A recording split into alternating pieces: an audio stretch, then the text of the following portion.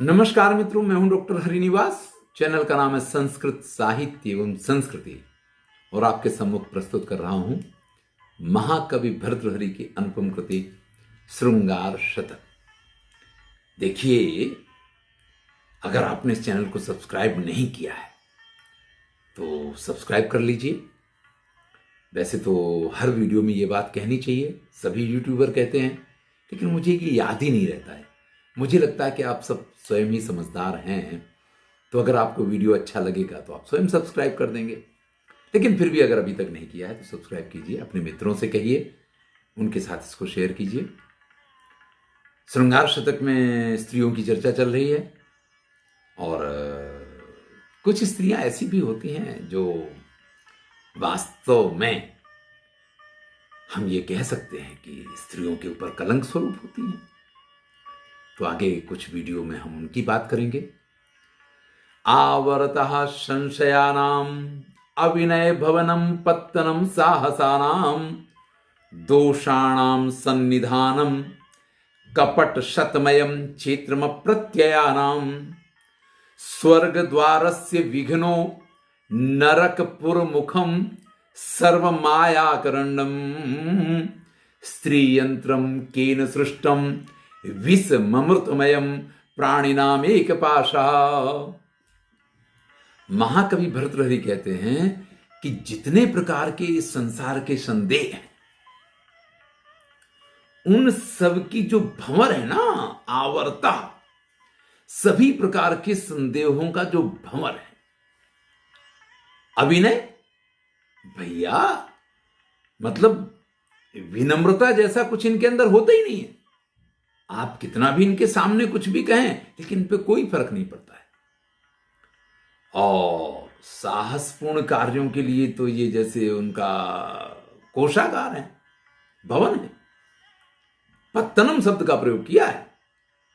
साहस का अर्थ अब तो बड़ा अच्छा हो गया है।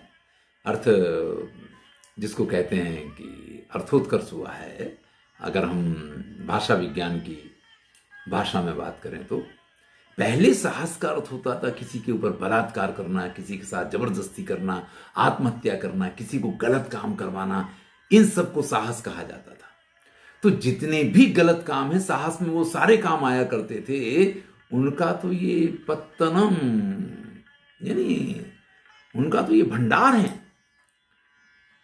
दोषाणाम सन्निधानम, सभी प्रकार के दोष इनके अंदर हमेशा विद्यमान रहते हैं। कपट शतमयम, 100 प्रकार के कपट, यानी आप एक चीज समझें और आप समझें कि अब तो मुझे समझ में आ गया, तब तक कोई नया कपट आपके सामने आ जाएगा। इसीलिए तो कहा गया है कि त्रिया चरित्रम पुरुषस्य भाग्यम देवो न जानाति कुतो मनुष्य अप्रत्ययाम, जिन पे कभी भी विश्वास नहीं किया जा सकता है, जो विश्वास की किसी भी तरीके के पात्र नहीं है। स्वर्ग अगर आपको जाना है, अगर आपको सुख से रहना है, तो इसमें सबसे बड़ी जो विघ्न है और आपके जीवन को नरक बनाने के लिए ये मुख्य द्वार है।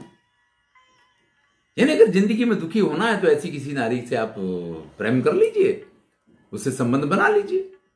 सर्व माया करंडम, भैया दुनिया की जितनी प्रकार की मायाएं हैं, जितने प्रकार की जो आपकी समझ में ना आए, वो सारे माया जाल की ये पिटारी है।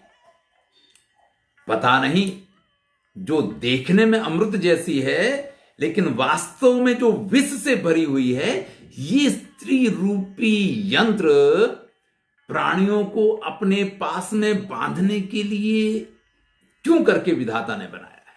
ये केन सृष्टम, किसने बनाया है। देखिए, स्त्री सौंदर्य की प्रतिमूर्ति है, स्त्री विश्वास की प्रतिमूर्ति है। इसमें हमारे शास्त्र प्रशंसा करते करते नहीं थकते। लेकिन कुछ स्त्रियां जो इस प्रकार की होती हैं, हमारा घर स्वर्ग भी बनता है तो स्त्रियों की वजह से, और किसी का घर अगर नर्क बनता है तो वो भी स्त्रियों की वजह से बनता है। तो भैया प्रशंसा जिनकी करनी उनकी तो बहुत बात हो गई। लेकिन कुछ जो इस प्रकार की स्त्रियां हुआ करती हैं, मुख में राम बगल में छुरी, जो आपको ऊपर से तो बड़ी मीठी बोलने वाली, बड़ी सौंदर्य की प्रतिमूर्ति और सब तरीके से दिखेंगी, लेकिन वास्तव में ना उन पे विश्वास किया जा सकता है, ना उनके चरित्र को समझा जा सकता है, उनके दोषों की तो आप गणना ही नहीं कर सकते हैं। एक बार अगर इनके चंगुल में फंस गए तो स्वर्ग तो गया, यानी जीवन का सुख तो गया, दुखों में ही घूमते रहेंगे या दुखों में ही गोते खाते रहेंगे। जिसने भी ये स्त्री यंत्र बनाया, यहां स्त्री रत्न की बात नहीं है, यहां स्त्री यंत्र की बात की है, कि जिसने भी ये स्त्री रूपी यंत्र बनाया है, ये देखने में अमृत जैसा है, लेकिन वास्तव में ये विष का भंडार है। देखिए, बहुत सारी वेश्याएं इस प्रकार की होती हैं, बहुत सी उल्टा स्त्रियां भी इस प्रकार की होती हैं, कि जो आपके जीवन को संपूर्णता नरक बना दें। इसलिए अगर कहीं दुर्भाग्यवश ऐसी किसी नारी से पाला पड़ गया हो तो जल्दी से पल्ला झाड़ लीजिए, और अगर कहीं किसी ऐसी की चंगुल में फंस रहे हैं तो ईश्वर का धन्यवाद मानते हुए कि आप उसको पहचान गए, जल्दी से वहां से निकल लीजिए। ये सिर्फ स्त्री होती है ऐसा नहीं, ऐसे पुरुष भी हुआ करते हैं। तो ये तो वायसा वर्सेस है, मैंने पहले ही कहा।